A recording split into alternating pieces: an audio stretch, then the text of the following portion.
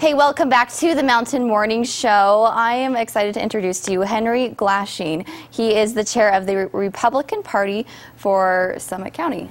So, and you're also the Park City School District Budget Committee as well. So yeah. You have a lot of experience, a lot of interesting insights to share with us. So thank you so much for taking the time to be here this morning and explain to us some of those important issues that I think all of us need to know, regardless of our interest in politics or what's going on. They're very important to know.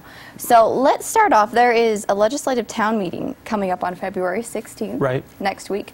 Tell us about that and what people can expect. So this is our second annual legislative town hall. The first one we did last year, we had about 150 residents from Summit County, mostly from Park City, who came out to directly interact with the legislators that represent our district while they were in the legislative session. So to give them some input on how they feel about the bills that are being voted on right now. So it's about the most direct form of democracy that we could have. And it's a fantastic forum, I think, for people to get their questions answered and to kind of talk with these representatives. Some of them include Senator Alan Christensen, Representative Joel Briscoe, and there's a list on here of all those who will be in attendance. And tell us about some of the issues they'll be discussing. So predominantly the big thing right now is that there's about a half a dozen education bills in the legislature right now that are really important. Funding from the Park City School District goes to other districts in the state. And so as a consequence, we have to be particularly active in the legislative process. Now, in this session, we actually, because we were redistricted, we actually have a couple of new people that will be here. Craig Powell, as an example, is a legislator who's going to now pick up a lot of Park City. And he's been very active in legislative funding issues to try and make sure that funds stay here as opposed to being redistributed through the state. Also, Brian King will be here for the first time. The rest of the people, Alan Christensen, Kevin Van Tassel, and Mel Brown, have been in our district for a long time. They were at the last legislative town hall.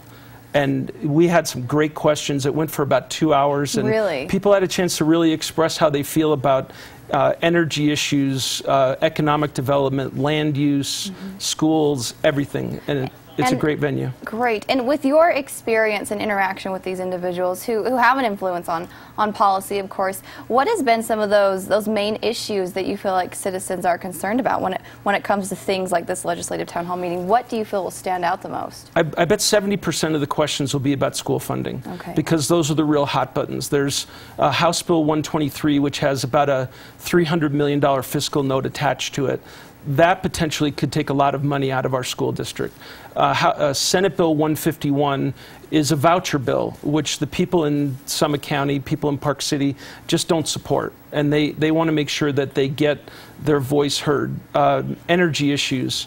This is an environmentally active community, and there's a lot of issues that relate to energy production in the state that I think that the people in Summit County and the people in Park City want to weigh in on.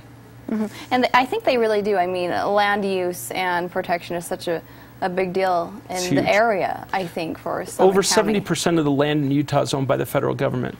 So what that means is we don't get to tax it. And because we don't tax it, it puts an enormous amount of pressure on our school districts. And so school funding in Utah is generally pretty low. Across the whole country, we're one of the lowest as a consequence of that.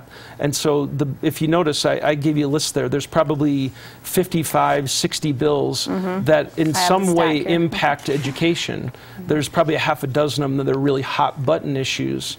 And what they try and do is they try and create small initiatives to fund parts of the school, and it really puts a lot of pressure on the legislators. And if they don't hear from Park City, they're going to end up taking money from us and giving it to other school districts. So we really have to count on our legislators to really step up and work for us. Definitely, and I think it takes the support, of course, of people in general to make these issues known, make them know that they are concerned about these things, which is why it's so important, of course, to be involved in your local politics. And I know sometimes I'm sure you've dealt with people who they just probably don't mind as much. They're like, oh, let that happen, or whatever. But these issues really do affect a lot of people and a lot of things in a roundabout way, and it's important to be involved in some aspect so that you can have your voice heard. It is. It's the legislative process in Utah is good.